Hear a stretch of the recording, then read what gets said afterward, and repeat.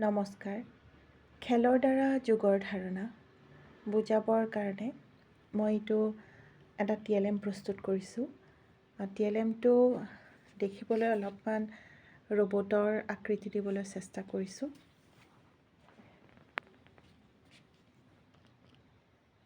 ইয়াতে প্ৰথমতে আমি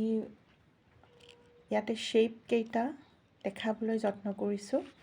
ৰবটৰ চকু, নাক আৰু মুখৰ আকৃতি, বৃত্ত, ত্ৰিভুজ, চতুৰ্ভুজ আৰু ইফালে বৰ্গ, এইখিনি বুজাবলৈ যত্ন কৰিছোঁ। তাৰপিছত খেলৰ দ্বাৰা যোগৰ ধাৰণা এইটো বুজাবলৈ প্ৰথমতে আমাৰ দুটা ইয়াতে চুঙা টাইপৰ বনাই লোৱা হৈছে আৰু ইয়াতে আমাৰ সংখ্যা কিছুমান মানে 1ৰ পৰা 9লৈকে সংখ্যাখিনি দিয়া হৈছে। ইয়াতে 1ৰ পৰা 9লৈকে আছে এইটো শাৰীত, আৰু এইটো শাৰীত 1ৰ পৰা 9লৈকে আছে। এতিয়া আমি এনেকুৱা ধৰণৰ শিলগুটি ল'ব পাৰোঁ বা মাৰ্বল ল'ব পাৰোঁ।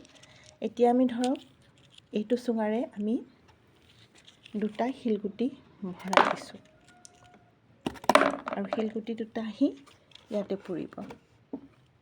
এইটো বাকচত শিলগুটিকেইটা পৰিব।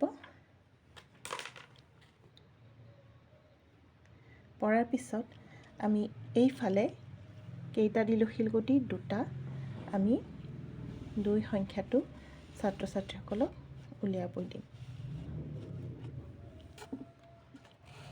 এইটো 2 ওলাল। এতিয়া এইটো যোগ চিন আছে। ইয়াৰ পিছত আমাৰ এইটোত যেইটা আমি শিলগুটি ভৰাম, ধৰক আমি 3টা শিলগুটি ভৰাই দিছোঁ, 1 2 3, 3টা শিলগুটি ভৰাৰ পিছত ইয়াতেই এইটোত আমি 3 সংখ্যাটো উলিয়াব দিম।